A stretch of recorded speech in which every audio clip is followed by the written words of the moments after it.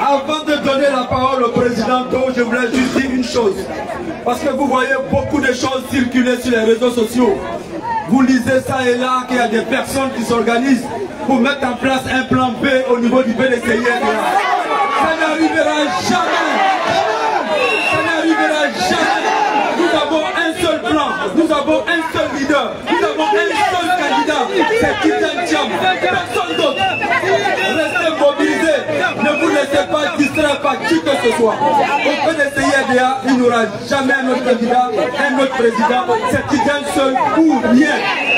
Est-ce qu'on peut compter sur vous? Est-ce qu'on peut compter sur vous? Est-ce qu'on peut compter sur vous? Merci. Titi! Titi! Titi! Merci beaucoup.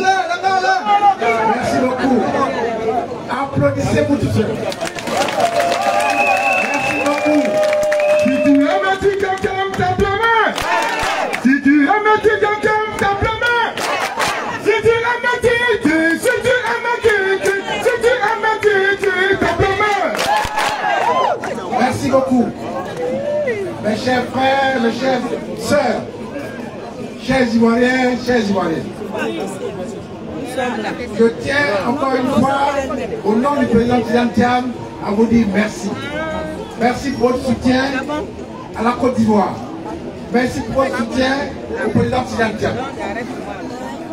Vous avez appris, comme nous tous, que la séance de ce matin au tribunal a été reportée au 8 mai.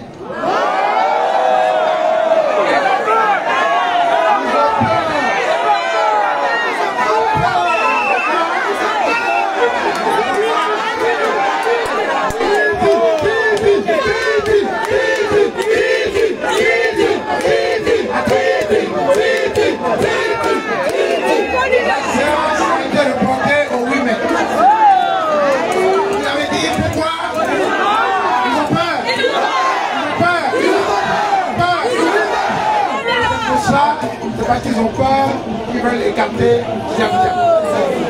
Mais pourquoi ils ont peur? Pourquoi ils ont peur? Ils ont fait 15 ans. Ils ont fait 15 ans, ils ont fait quoi? Ils ont fait 15 ans, ils ont fait quoi?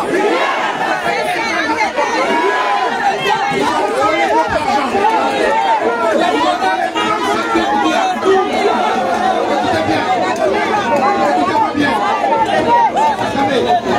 Écoutez, ils ont fait 15 ans, ils ont volé 35 000 milliards. Ils ont volé 35 000 milliards. Ils ont volé 35 000 milliards. Voilà ce qu'ils ont fait. Et c'est pour ça qu'ils ont peur. Et nous ne voulons plus qu'ils nous reviennent. Nous ne voulons pas de quatrième mandat. Nous ne voulons pas de quatrième mandat. Nous ne voulons pas de quatrième mandat. Nous voulons tourner la page. Nous voulons tourner la page. Nous voulons tourner la page. C'est déjà tourné. Vous avez commencé. Vous avez commencé. On va. Vous avez commencé. On va. À partir d'aujourd'hui. À partir de maintenant. À votre nom. Ici. Depuis Abidjan Plateau. En votre nom, je veux lancer un message à toute la Côte d'Ivoire. Plus personne ne va rester en arrière du combat. Non. Il n'y a pas un seul Ivoirien à faire ce que du goût. À Man, à Boundiali, à Kologo, à Bangourou, à Boisseau, à Waké, à Soko. Personne ne va rester derrière.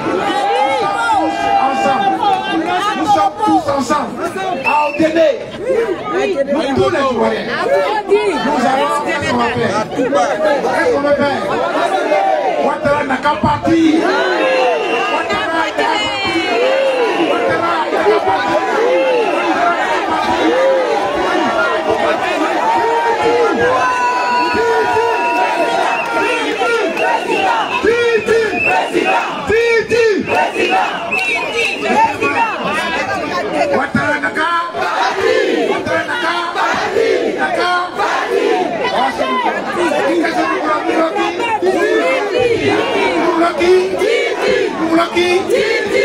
Et pour ça, nous sommes ensemble.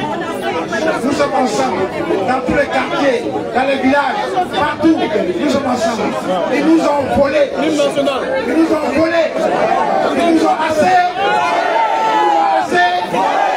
Rentrez chez vous en paix. Mais à partir de maintenant, nous sommes tous ensemble. Nous sommes soudés. Nous sommes soudés. Toute ethnie, toute religion.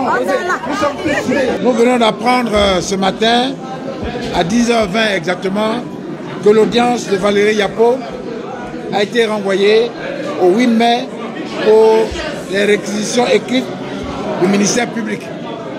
Voilà les éléments qui nous ont été communiqués. Nous avons, à la suite de cette information, décidé de décaler, de reporter aussi la marche, la mobilisation que nous avions prévue ce matin avec l'ensemble des députés, l'ensemble des élus du PDCRDA vers le palais. La bonne nouvelle pour nous, c'est que le premier message de mobilisation que nous avons lancé a été entendu. J'ai appris ce matin que le tribunal de Toumoudi était encerclé par la police et l'armée. Ça veut dire que nous avons été écoutés. La prochaine fois, nous leur conseillons de détendre la mobilisation et l'encadrement sur l'ensemble du territoire. Parce que ce sera l'ensemble du territoire qui sera pris avec les Ivoiriens et les Ivoiriennes pour réclamer la réinscription du président Thiam sur la liste électorale, l'inscription du président Laurent Gbagbo et aussi l'inscription de Blé Goudé. Vous savez, le combat que nous avons engagé, que c'est l'occasion pour faire en sorte que la Côte d'Ivoire sorte enfin vraiment du tunnel et qu'elle retrouve le chemin de la paix. On ne peut pas, après toutes les années de douleur que nous avons traversées, après toutes les souffrances que subissent nos populations les plus reculées, et je vous rappelle quand même qu'aujourd'hui, le taux de pauvreté dans le Woroba c'est dans le nord-ouest, le taux de pauvreté est à plus de 65%. Je m'appuie sur le PND 2021-2025. Le taux de pauvreté dans le Tchologo, il est à plus de 62%. Le taux de pauvreté dans le Tonkui est à 65%. Alors, on ne peut pas, pendant que le pays est dans cette situation aussi grave, on ne peut pas se permettre de déclencher des combats inutiles. Là, je crois que M. Ouattara et son équipe ont déclenché un combat inutile sans valeur ajoutée. On ne peut pas dire, vraiment avec sérieux, que le petit-fils de Félix Houphouët-Boigny, le petit-neveu de Félix Houphouët-Boigny, n'est pas ivoirien.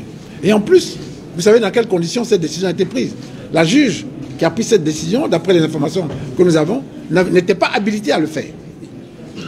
D'après ce que nous avons compris aussi, d'une note du ministre Garde des Sceaux lui-même, le ministre de la Justice Garde des Sceaux, c'est que seul le procureur de la République était habilité à pouvoir le faire.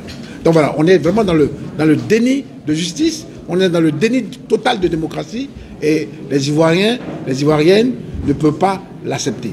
Et nous avons dit encore une fois à nos compatriotes d'être prêts parce que le moment est venu de prendre la destinée de notre nation en main, d'en faire une nation responsable, une nation qui se fait respecter parmi les nations.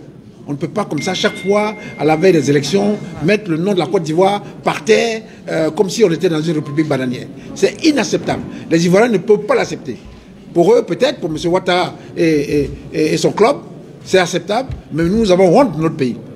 Et alors que nous avons des fils et des filles capables, demain, de redresser ce pays et d'en faire une nation grande parmi les nations, en Afrique de l'Ouest. Mais c'est sur la Côte d'Ivoire que tous nos frères et sœurs comptent. Nous sommes la locomotive. Mais ce n'est pas lui qui a fait de la Côte d'Ivoire la locomotive de l'Afrique de l'Ouest. C'est Félix Houphouët-Boigny qui a fait qu'aujourd'hui nous détenons 40% du PIB de la sous-région. Donc personne ne peut se réclamer d'avoir mis la Côte d'Ivoire dans la position où elle est aujourd'hui.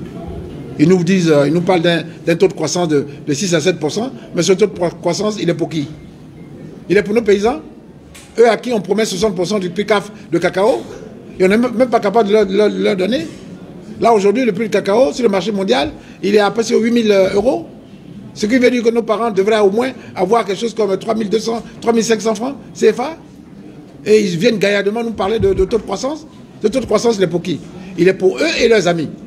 Pour se partager l'argent avec les contrats faramineux qu'ils font. Donc, quand on fait un immeuble en plein Abidjan à 500 millions d'euros, c'est pour quoi faire? C'est pour qui? C'est pour les paysans de Fessegadougou?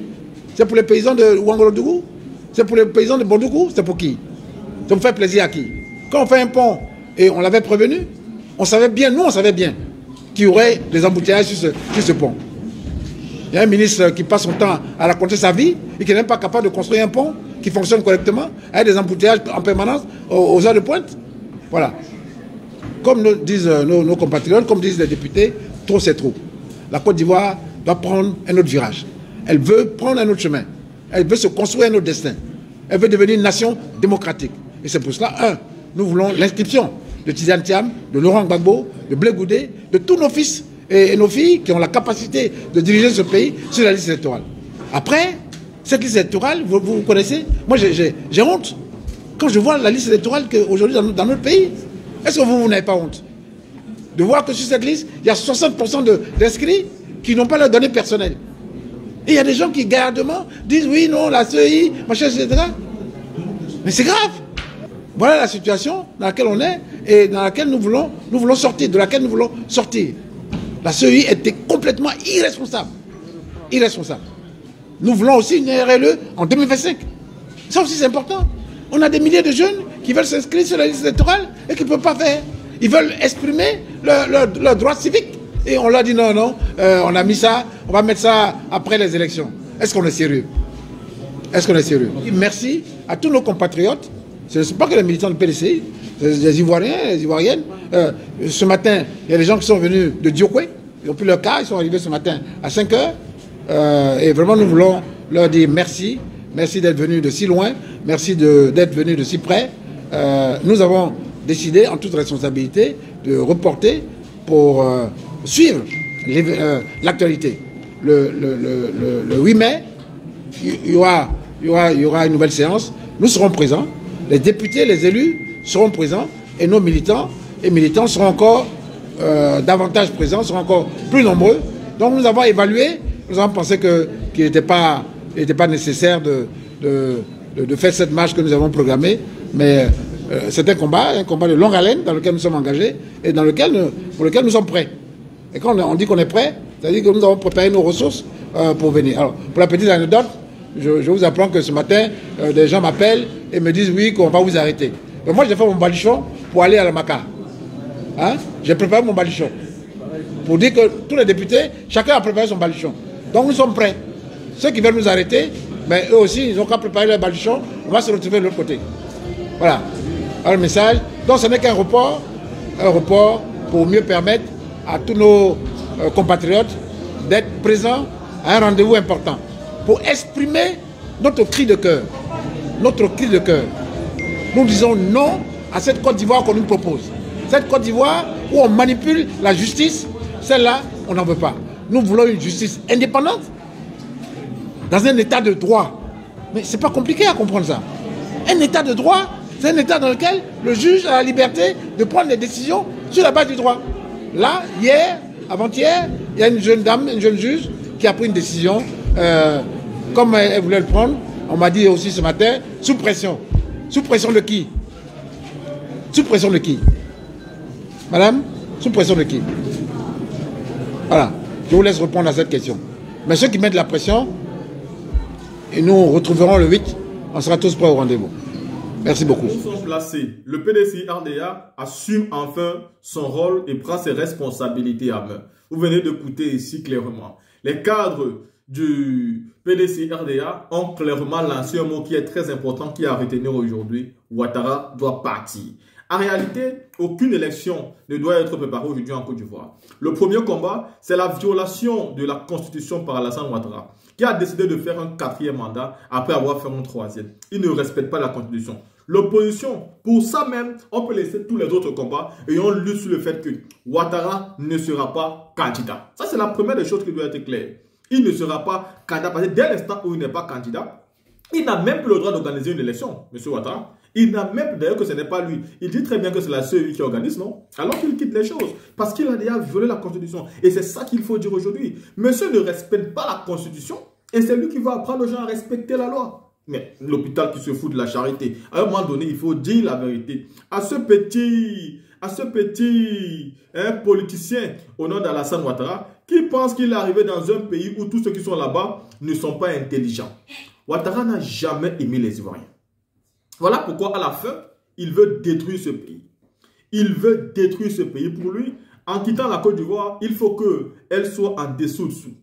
Il ne se rend même pas compte que ce pays lui a tout donné. Et que ce qu'il devait faire minimum, c'était de rendre main à ce pays ce que le pays a eu à lui donner. Mais lui, non, il n'en est rien. Il veut détruire, n'est-ce pas, la Côte d'Ivoire. Il veut détruire les habitants de la Côte d'Ivoire. Il veut tout détruire dans le passage. Il veut tuer même l'espoir qui est dans le cœur des Ivoiriens. Mais il doit savoir un truc. Chaque chose a son temps et toute chose a une fin. On peut tromper le peuple un moment, on ne peut pas tromper le peuple tout le temps et par la même personne. Ça, c'est aussi clair et simple que ça. Monsieur les cadres du PDC-RDA, la lutte, elle est là. Elle est de rappeler à M. Alassane Ouattara que lui, M. Alassane Draman Ouattara, il est venu au pouvoir en tant qu'étranger. Il a imposé son dictat en portant les armes. Voyez-vous, qui tue par l'épée, meurt par l'épée. Celui qui a dit ce dicton n'a jamais menti. Alassane Ouattara est venu au pouvoir en tuant par l'épée, n'est-ce pas? Aujourd'hui, il va mourir par l'épée. Et il n'est pas content. Parce qu'il est lui-même en train de se rendre compte que la même chose qu'il a eu à combattre hier est en train de tomber sur sa tête aujourd'hui. La même chose qu'il est en train de combattre hier est en train de tomber sur sa tête aujourd'hui. Monsieur Alassane Draman Ouattara, vous devez comprendre avec la plus grande fermeté que Tidjane Thiam est le petit-fils de monsieur Félix Houphouët-Boigny. Et même si ce n'était pas le cas, vous êtes un Burkinabé tout feu. Un Burkinabé tout feu, tout flamme et tout frais. Vous êtes reconnu par tout le monde, même par le président burkinabé actuel. Vous avez quand même trahi votre terre, votre cher village de Saint-Dou pour venir discuter la terre des autres. Vous avez eu votre place, vous êtes devenu président. Aujourd'hui, vous êtes quelqu'un d'important. Mais rendez à ce peuple ce qu'il a eu à vous donner. Vous n'êtes pas plus ivoirien que les vrais ivoiriens. Non. Donnez à ce peuple ce que le peuple a eu à vous donner. Dans la team, le combat, il va être mené. Ce qui est le plus satisfaisant aujourd'hui, c'est le fait que les cadres du PDC-RDA mettent vraiment les mots sur ce qu'il faut. Alassane Ouattara doit partir.